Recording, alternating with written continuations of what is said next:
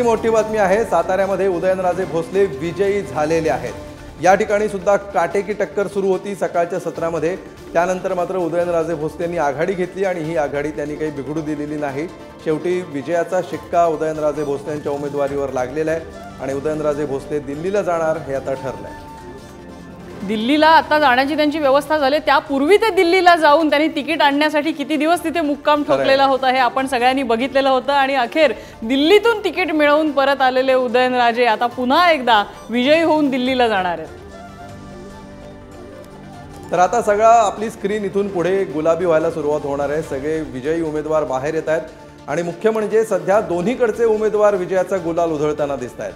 साताऱ्यामध्ये कार्यकर्ते आपल्याला साताऱ्यातली दृश्य दिसत आहेत। स्वतः उदयनराजे त्यांच्या निवासस्थानी आहेत आणि त्यांच्या स्वॅग मध्ये ते आनंद व्यक्त करतात।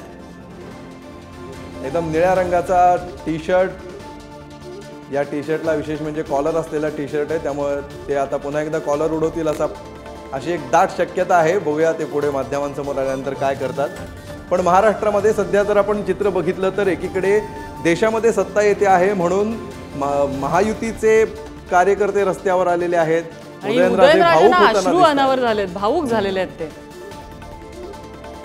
मोठा स्ट्रगल होता। गेल्या वेळची पोटनिवडणुकीमध्ये त्यांना पराभवाचा धक्का सहन करावा लागलेला होता। त्यानंतर मधल्या काळात उदयनराजेंनी निवृत्तीची भाषा सुद्धा केली होती। खूप झालं आता किती काळ राजकारण करायचं असं म्हणत त्यांनी आपण राजकारणातून निवृत्त होऊ असे संकेत दिले होते। मात्र लोकसभा निवडणुकीच्या तोंडावर पुन्हा एकदा उदयनराजे सक्रिय झाले आणि आता कुटुंबियांसोबत राजे माध्यमांसमोर आलेले आहेत, जनतेमध्ये आलेले आहेत आणि कार्यकर्त्यांच्या जल्लोषात ते सहभागी होत आहेत। छत्रपती घराण्याचे दोन उमेदवार या निवडणुकीमध्ये लक्षवेधी होते आणि या दोघांनीही सध्या विजयाच्या दिशेने कूच केल्याचं दिसतं आहे। सातारची गादी आणि कोल्हापूरची गादी या दोन्ही ठिकाणी छत्रपतींच्या वंशजांना जनतेने भरभरून मतं दिल्याचं चित्र आहे। अगदी आणि दोन्ही ठिकाणी मुद्दा हाच होता की मान की मत, तर दोन्ही ठिकाणी हेच दिसलंय। मानही दिलाय, मतही दिलाय आणि दोन्ही राजे निवडून आलेले आहेत। तर पालघरमधून हेमंत सावरा विजयी झालेले आहेत। नंदुरबारमधून गोवाल पाडवी विजयी झालेले आहेत। नंदुरबारमधला हा निकाल सर्वाधिक लक्षवेधी होता। नाशिकमधून राजाभाऊ वाजे विजयी झालेले आहेत।